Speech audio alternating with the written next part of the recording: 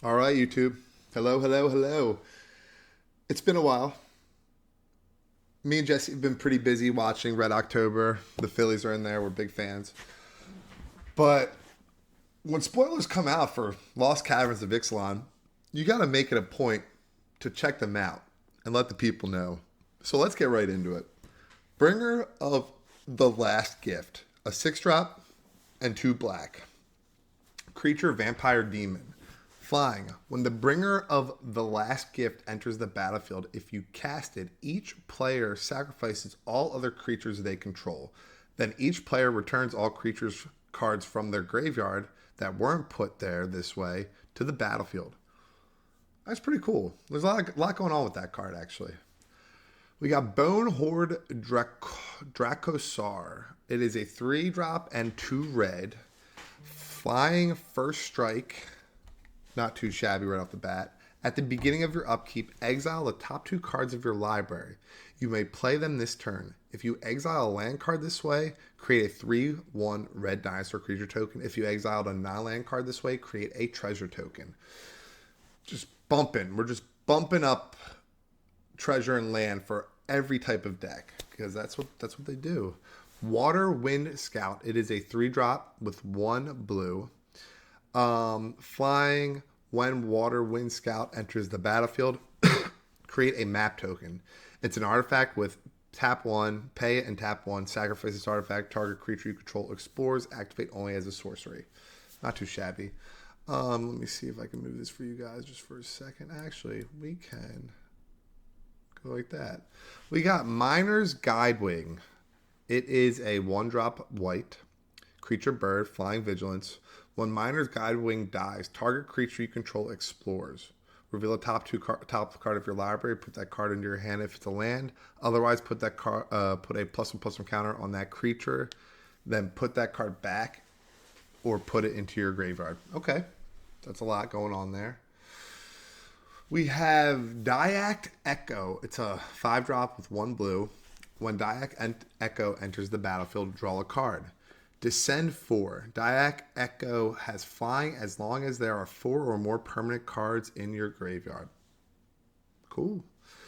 Brood Rage Mycoid. It is a 4 drop, 1 black. At the beginning of your end step, if you descend this turn, create a 1/1 black fungus creature token. With this creature cannot block.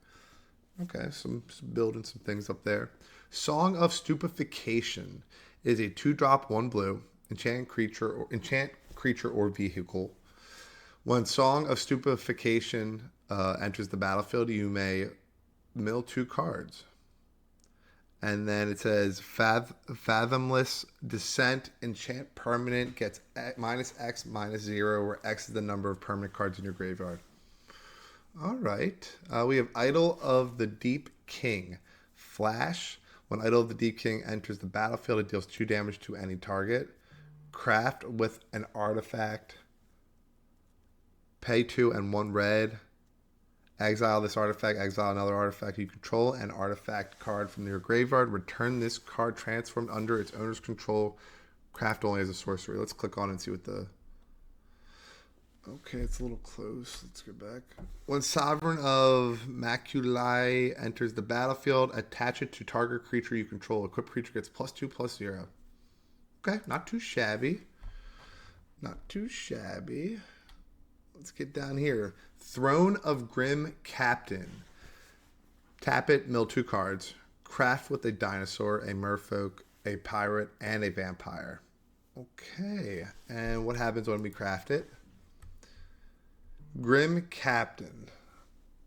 Menace, trample, lifelink, hexproof. Holy moly. Whenever the Grim Captain attacks, each opponent sacrifices a non-land permanent. Then you may put an exiled creature card used to craft the Grim Captain onto the battlefield under your control, tapped and attacking. There's so much. They're trying to do so much now with this game. It's crazy. We got Indoor Raptor, the perfect hybrid 3-drop with a green or black and a red. Bloodthirst X. This creature enters the battlefield with X +1/+1 counter on it, where X is the damage dealt to your opponent this turn. That's cool. Menace, enrage when Indoor Raptor, the perfect hybrid, is dealt damage. Choose an opponent at random. Indoors deals damage equal to its power to that player unless they sacrifice a non-token creature. That's cool. I like that enrage ability. Dino DNA. Ooh, a 1-drop artifact. That's always good. Imprint. Pay 1, tap, and exile a target creature card from your graveyard. Activate only as a sorcery. Pay 6, tap 6, or whatever. Create a token that's a copy of a target creature card exiled with Dino DNA, except it's a 6/6 green dinosaur creature with trample. Activate only as a sorcery. That's kind of cool. You can get a small creature, make it a big boy. Ellie and Alan, Paleontologist. So this could be like a commander card, maybe. It's big cost. Tap it, exile a creature card from your graveyard. Discover X, where X is the mana value of exiled card. Activate only as a sorcery. Okay. Not too bad. I don't know what that other card is, but we'll get to it hopefully. Ravenous Tyrannosaurus Rex. Should have called it Rexy. Devour 3. I love how it's 6/6. As this enters the battlefield, you may sacrifice any number of creatures. This creature enters the battlefield with 3 times that many +1/+1 counters on it for each creature. Oh my god, that's crazy. Whenever Ravenous Tyrannosaurus attacks, it deals equal damage to its power to up to 1 other target creature. Excess damage is dealt to that creature's controller instead. Holy moly. I'm putting that in my Dino deck. Command Tower. We know what that is. Life Finds a Way. Enchantment red. 3-drop 1 green. Whenever a non-token creature with power 4 or greater enters the battlefield under your control, populate. Okay. Amulet of Vigor. 1-drop artifact. Whenever an permanent enters the battlefield, tapped under your control, untap it. Now, is that new? Maybe it's not new. I don't know. It's probably a reprint, but that's cool. Arcane Signet. We already know what that is. What the heck is this? Calamax the Storm Sire. I think that's how you say it. Whenever you cast your first instant spell each turn, if Calamax the Storm Sire is tapped, copy that spell. You may choose new targets for that copy. Whenever you copy an instant or sorcery spell, copy an instant spell, my bad, put a +1/+1 counter on Calamax. Not as cool as I thought, but not bad. Bridge from Below, we already know what that is. That's an OG. Good reprint. It's been a while. We got Malcolm Keen Eye Navigator, 3-drop 1 blue. Flying, whenever 1 or more pirates you control deals damage to your opponent, you create a treasure token for each opponent dealt damage. Partner, so it can be a partner in the command zone. I know what treasure map is. Alright. What do we got? What is Chalice of the Void? All these are reprints right here. Chalice of the Void enters the battlefield with X charge counters on it. Whenever a player casts a spell with mana value equal to the number of charge counters on Chalice of the Void, counter that spell.